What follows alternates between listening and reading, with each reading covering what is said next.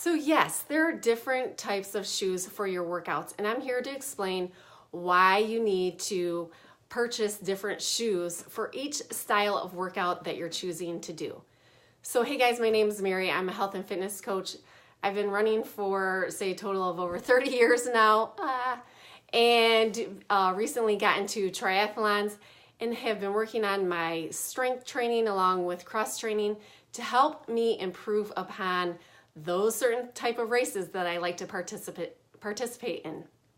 So there are several different types of shoes that you can purchase with your different types of workouts. So let's just imagine real quick, if you're going for a run, how your feet hit the pavement, right? I'm a mid-strike. So just close your eyes, imagine when you're going out for a run, how your feet hit the pavement. Now let's switch to cross training.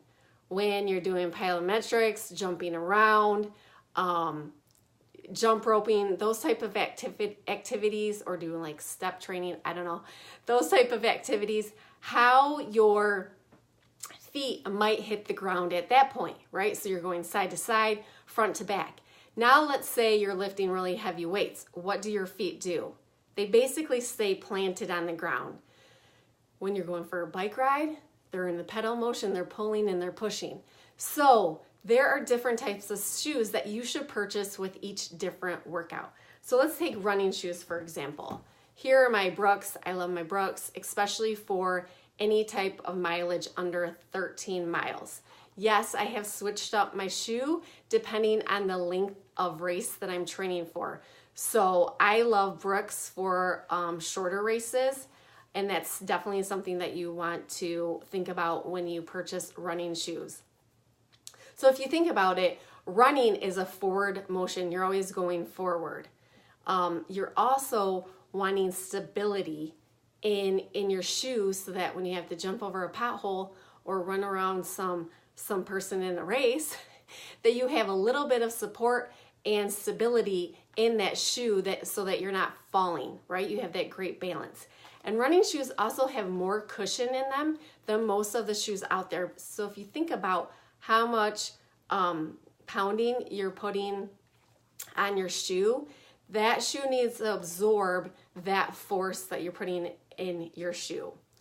All right, cross training. Oh wait, I wanted to go back real quick on running shoes. Please, I beg of you to go to a proper running store and try on multiple pairs of shoes. They will check your stride. They will probably get you on a machine to check and see where your foot pads are landing, where you have more force in certain parts of your foot. So they can recommend proper shoes for your type of foot and stride. I've gone to a store before and tried on like 10 pair. Again, you need to mention what type of race you're doing. And you also want to make sure that your running shoes are pretty snug, because if they're too loose, you can end up with bruised toenails. You can lose your toenails like I did because my shoes were not snug enough. So you got to make sure when you go to the running store that you try on tons of pair. I highly recommend going to a running store and telling them what your activity, what you're training for. And then, okay, next, cross training shoes. Here I have some New Balances and some Under Armour shoes. Now in cross training, like I mentioned, what do you do when you cross train? You're jumping up and down, so mainly on the ball of your foot. You're jumping side to side, front to back. This is like the shoe that you're doing a little bit of everything in, right? So you need stability. Most importantly, you need stability because you don't want to sprain your ankle, fall flat on your face. And these are a little bit more flat than you'd get in like a running style. See, this one kind of has an ankle to it. This is more flat. But the most important thing here as well, you're probably going to have like a wider base because these are the stability bars in that type of shoe that you need so you're not twisting your ankle. Next, I don't have one, but for cross trainers or people who are lifting heavy weights, your shoes are going to be really flat and there's not going to be a lot of cushion in them because you don't want the cushion to absorb all that force that you're putting on your body to build your muscles. So if you think about it, your feet are flat on the ground.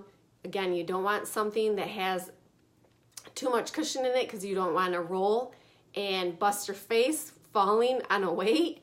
And you don't want a lot of cushion in it because when you're squatting down, just imagine squatting down but squatting on a lot of cushion. You don't want a lot of cushion. You want it to be really flat because you want your feet to absorb that force so you can push up the weight with your feet. You can even do this stuff barefooted.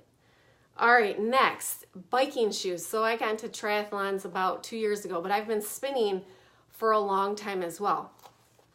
Bike shoes are really important, because they don't slide when you're out there biking away, and you can get way more force, way more power. See, they have clips, so you want something that has clips.